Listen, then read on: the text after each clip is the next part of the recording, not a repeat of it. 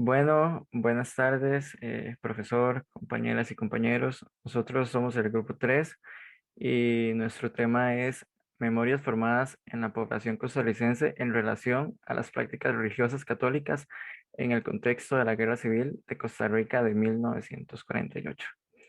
Bueno, nuestro grupo está conformado por Alejandra Bolaños, Avi Gordley, Camila Vázquez y, bueno, yo, Raimel García. Bueno, la metodología, para empezar, se revisó el libro de Niñas y Niños del 48 Escriben. Este está compuesto por 90 relatos de su niñez, de los recuerdos de hombres y mujeres.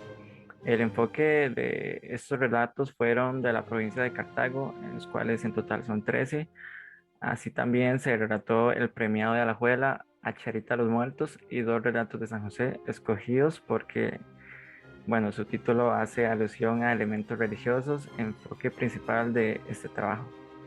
Los nombres son El Milagro y un cura que fue jefe político durante unas horas. Seguido se realizó a diversos artículos para complementar la información obtenida y poder detallar aspectos más específicos de la guerra, como lo son sus posibles causas, eventos y consecuencias, entre otras cosas. Uno de los artículos al que más se recurrió fue el del 48 como desborde trágico, escrito por Manuel Solís. Bueno, este es un texto muy histórico, pero con detalles que son muy importantes para poder contextualizar muchos hechos de la Guerra Civil. También se realizó una búsqueda de artículos del Eco Católico en la Biblioteca Nacional de Costa Rica, el cual era, bueno, es un periódico muy reconocido de la Iglesia Católica. De él se obtuvieron fotografías de las publicaciones correspondientes a las fechas de la guerra y algunas posteriores a la finalización de esta. Se llevó a cabo una revisión detenida de cada artículo y después se procedió a analizar los temas para hacer una especie de recolecta de información relevante y crucial para esta investigación. Esta fuente era de gran importancia para el desarrollo del mensaje oficial de la Iglesia Católica en Costa Rica durante la Guerra Civil. También muy importante, se llevó a cabo una entrevista a profundidad a un excombatiente de la guerra de 1948, el cual se llama Ricardo Rodríguez, que actualmente tiene 93 años y es oriundo de Turrialba.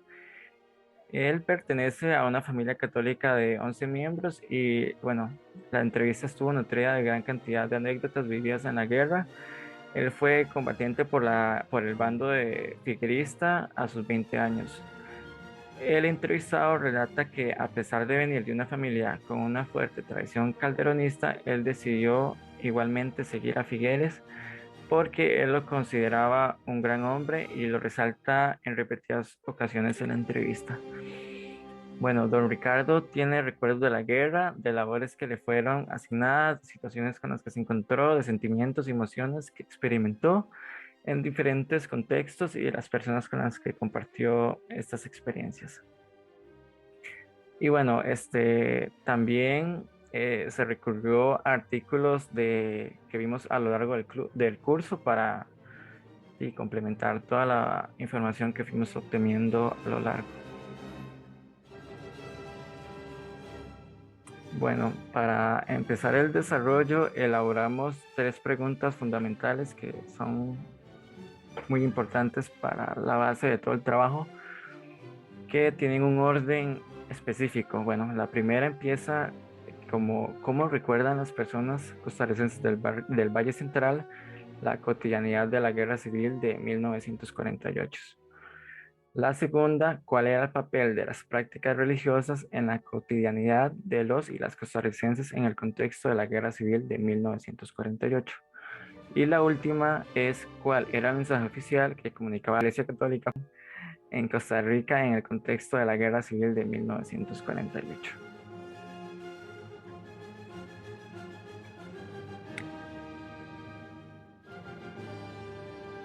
Ok, ahora antes de entrar con la explicación del desarrollo, vamos a dar un poco del contexto histórico. Bueno, de 1940 a 1944 estuvo en el poder Rafael Ángel Calderón Guardia y durante su gobierno se realizó un pacto en 1943 entre su partido, el Partido Comunista, y la Iglesia Católica, que en ese momento tenía a Monseñor Sanabria como jefe. Em, este pacto se hizo con la condición de la Iglesia de que el Partido Comunista cambiara el nombre a Partido Vanguardia Popular para que los católicos pudieran entrar a este sin ningún cargo de conciencia. De 1944 a 1948 estuvo en el poder Teodoro Picado, con el cual simpatizaba el partido de Calderón Guardia. Y en 1948, el 8 de febrero, habían elecciones presidenciales y para ello estaban postulados de nuevo Calderón Guardia con el Partido Republicano Nacional y en la oposición estaba Otilio Late con el Partido Unión Nacional. El partido de Otilio tuvo la mayoría de votos, pero al día siguiente, el 9 de febrero de 1948, hubo un incendio que hizo que se perdiera parte del material electoral. Entonces el partido de Calderón lo que hizo fue alegar fraude y las votaciones se tuvieron que anular. Después de esto, lo que pasó fue que hubo una sublevación por parte, bueno, fue iniciada por Figueres, que apoyaba el partido de Otilio Late. Y bueno, el partido de Figueres era el de Liberación Nacional. Esta sublevación empezó el 12 de marzo de 1948, que es la fecha en la que se inicia la guerra, y finaliza el 19 de abril. Tuvo una duración de aproximadamente, bueno, de un poco más de un mes, y se finaliza con el pacto de la Embajada de México. Después de esto se le otorga el poder a la Junta Fundadora de la Segunda República, que era presidida por Figueres y estuvo en el poder por 18 meses. Y después se le entregó el poder al primer presidente de la Segunda República, que es Otilio Late.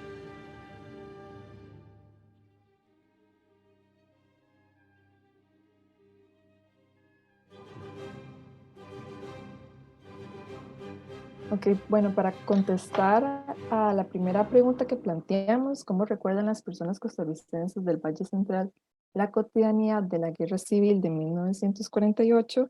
Recurrimos principalmente a los relatos y rescatamos algunos elementos.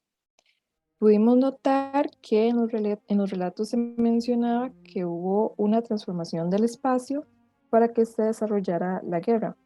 Y sobre esto, Margarita Vanini explica que cuando los espacios públicos se saturan de imágenes y discursos oficiales, se puede observar una manifestación de lo que ella denomina como políticas de memoria.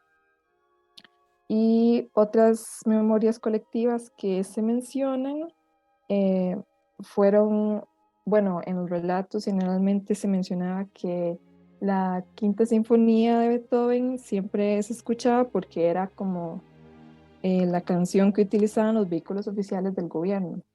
Y también algo que se mencionaba era el proceso de duelo o pérdida por la que pasaron muchas personas en ese momento.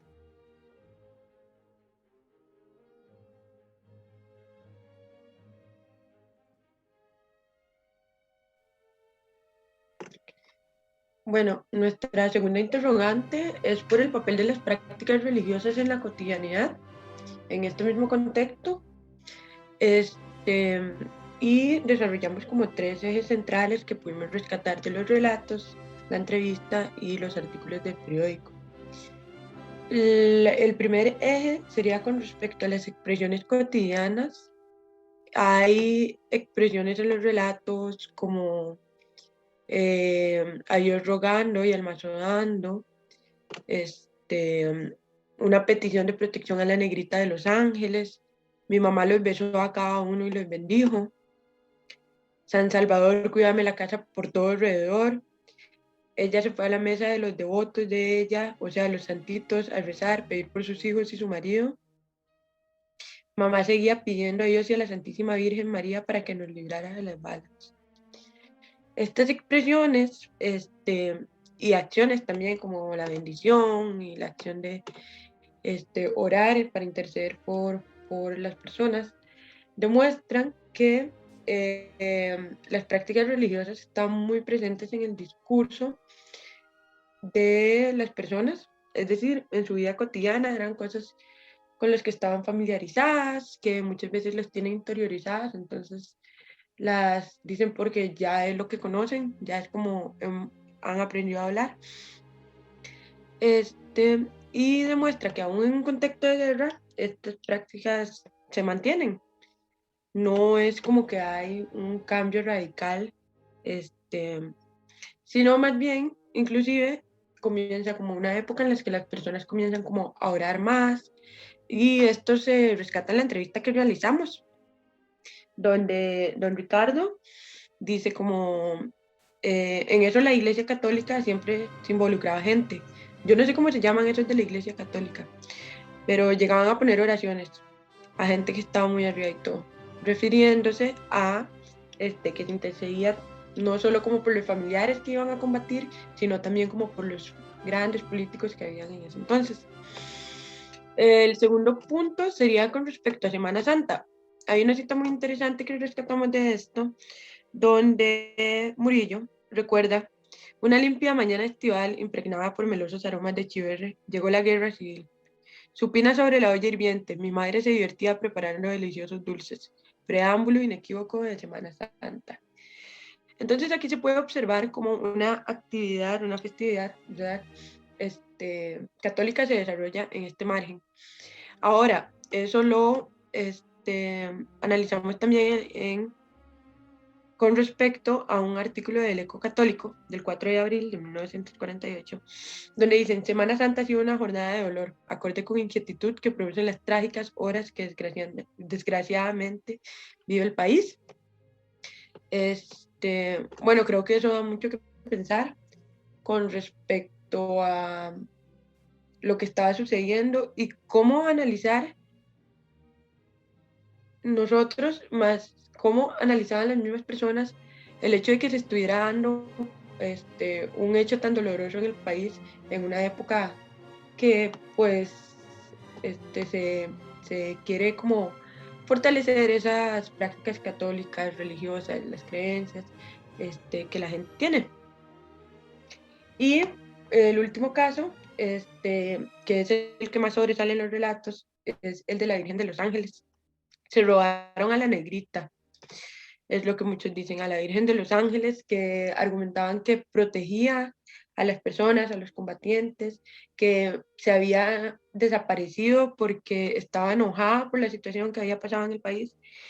Y bueno, las anécdotas, los recuerdos, las memorias que hay con respecto a este caso abarcan desde en general el recuerdo de la desaparición de la Virgen de los Ángeles hasta anécdotas como de primera mano, donde relatan cómo tuvieron que ir a buscar a la negrita, que tuvieron que andar por las faldas del volcán Turrialba, que había desaparecido, y como todo el caos que se vivió con respecto a eso, aparte del caos que ya se veía con respecto a la guerra, para resultar que la Virgen estuviera en la parte de atrás de la basílica.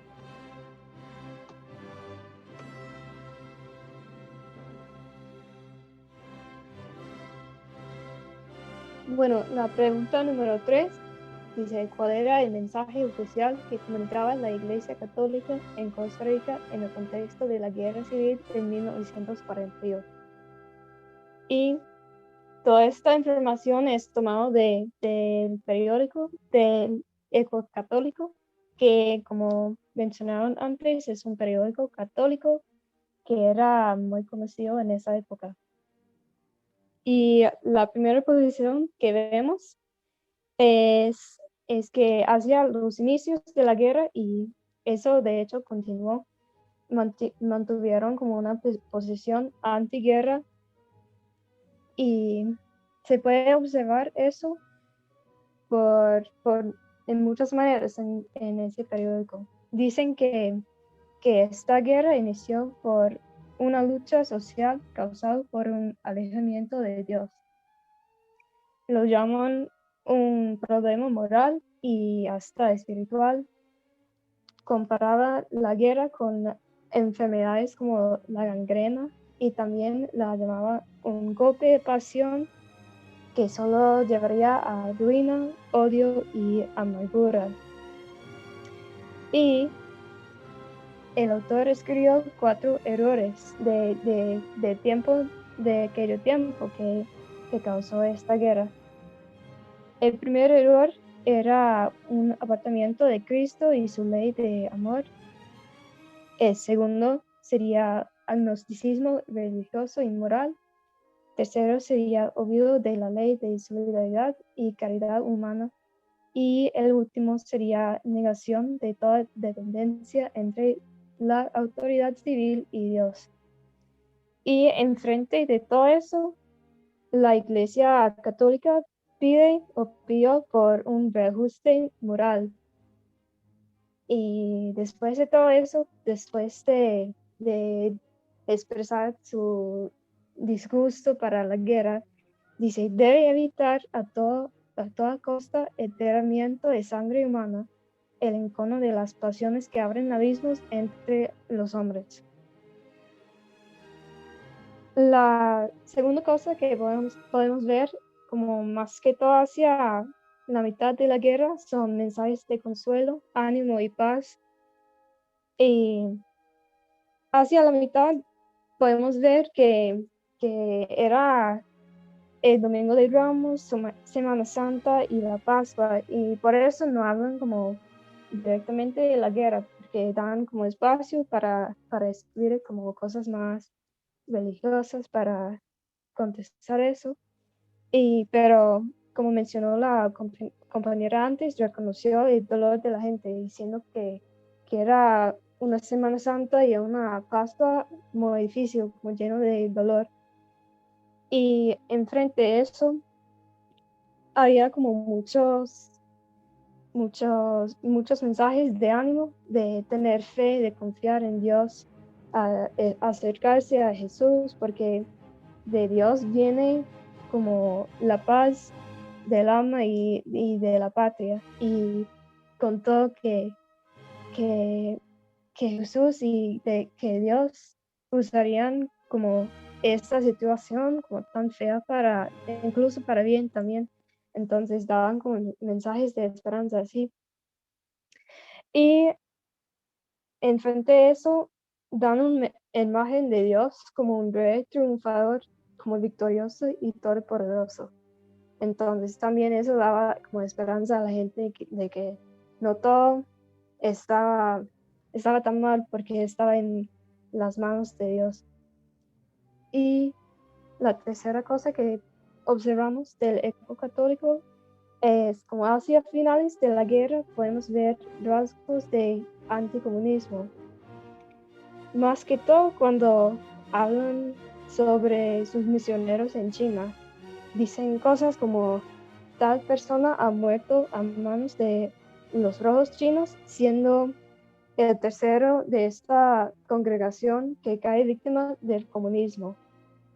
Y otro ejemplo sería los comunistas retienen a 3 misioneros. Entonces echan la culpa como hacia el comunismo o los comunistas. Entonces, para concluir, podemos observar que mantienen una posición de antiguerra, pero atrás de todo eso se observa que sí toman un lado un poquito hacia el anticomunismo.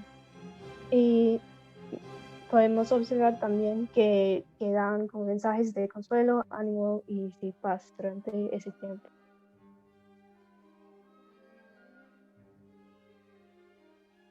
Y la próxima pantalla, aquí podemos ver 3 fotos del Eco Católico de ese periódico. La que está a la izquierda habla de esa regeneración moral que veía eso. La segunda foto es un ejemplo de cómo representaba a Jesús como como un rey triunfador y un salvador. Dice como aquí abajo de la foto, Jesús es divino salvador del mundo. Y hacia la derecha se ve como la misma cosa. Dice, es un poema ahí que se llama El Príncipe de Paz. Y eso era un poema sobre Jesús, entonces igual un mensaje de paz al frente de todo eso.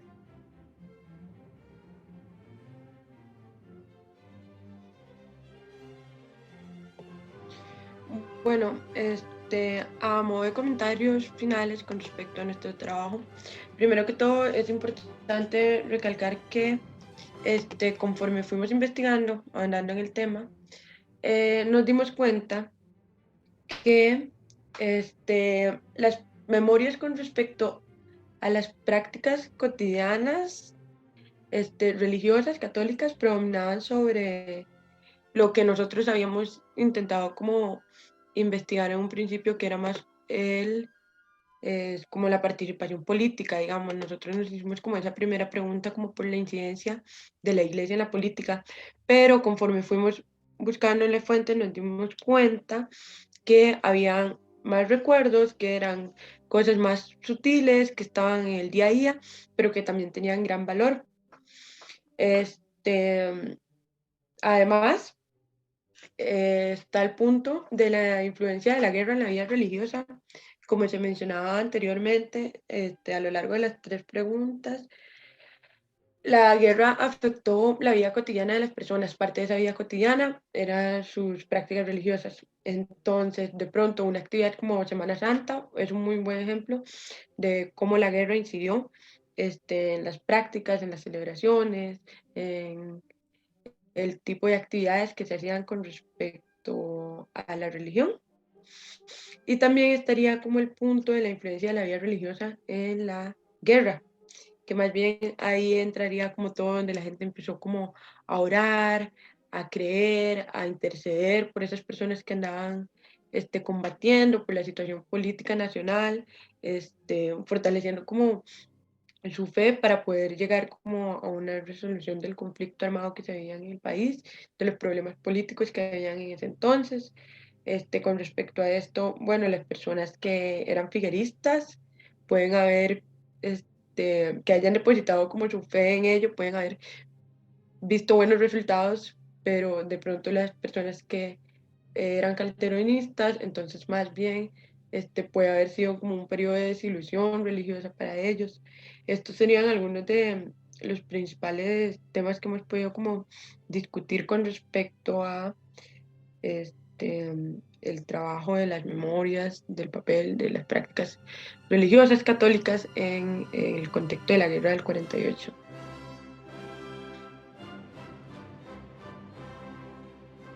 Bueno, estas son algunas de las referencias bibliográficas que utilizamos para la elaboración de esta presentación.